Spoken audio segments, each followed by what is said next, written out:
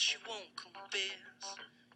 She's beautiful, smokes a pack a day. You can wait, that's me, but anyway. Welcome everyone to today's lesson about logarithms.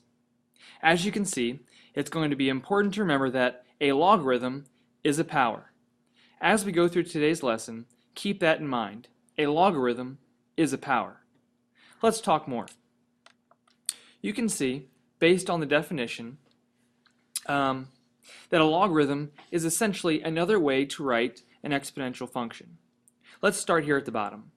The functions y equals 10 to the x and y equals the log of x are inverses. So the exponential function and the log function are inverses of one another. Let's keep that in mind. Logarithms to the base 10, which is what we are discussing today, are called common logarithms. Common logarithms will not have the 10 that you see here. If you only see log, we can assume that we are talking about a log of base 10.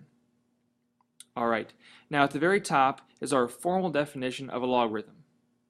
We see that y is the logarithm of x to the base 10, written y equals log base 10 of x if and only if 10 to the y equals x.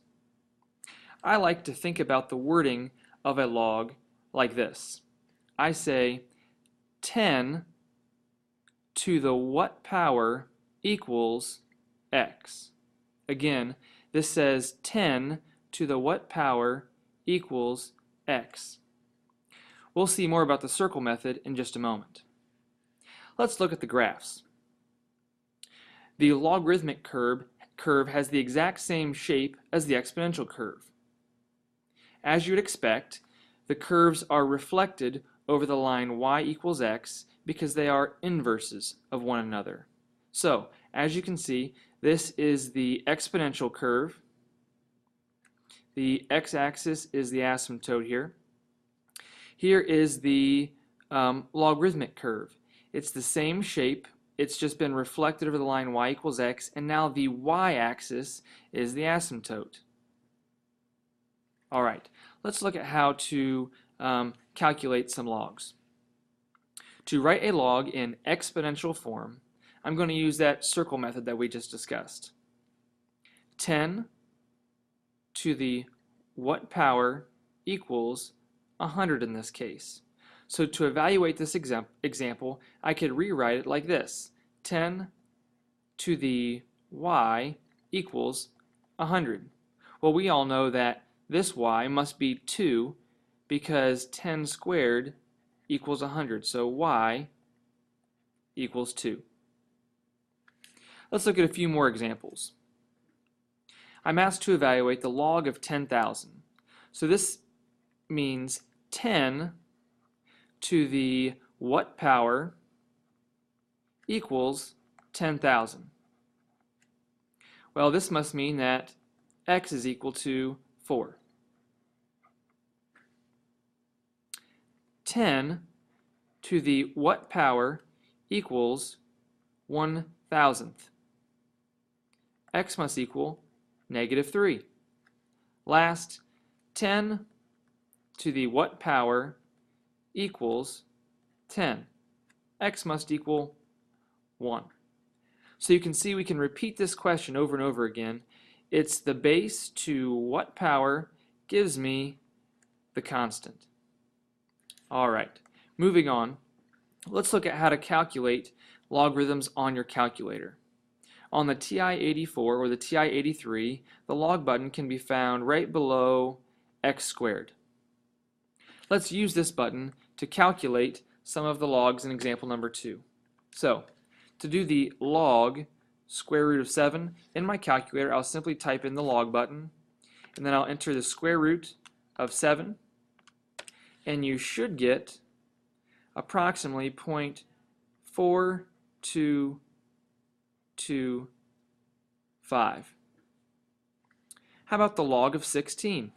Again, in my calculator, I will do the log button, enter in 16 and close the parentheses, and enter, and I get about 1.204. Remember, this is asking me 10 to the what power equals 16, and 10 to the what power equals the square root of 7. All right, between which two consecutive integers is the log of 75,981? Let's think about this.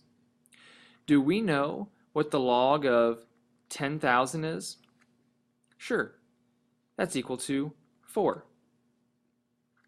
How about the log of 100,000?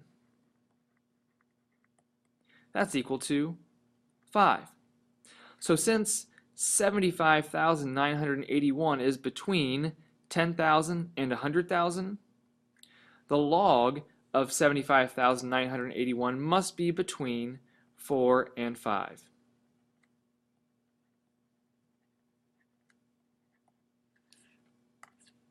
All right, example number 4. We're going to solve for x. So remember, since there's no number next to the log, that means it's base 10. So we would say 10 to the 3/4 power is equal to x. And now we simplify. So in our calculators, I can do 10 and then use my caret button to the 3/4. That's equal to 5.62. Again, solving for x, 10 to the 1.5 is equal to x. 10 to the 1.5 equals x. I can enter this into my calculator. 10, the caret button, 1.5. I find out that x is equal to 31.62.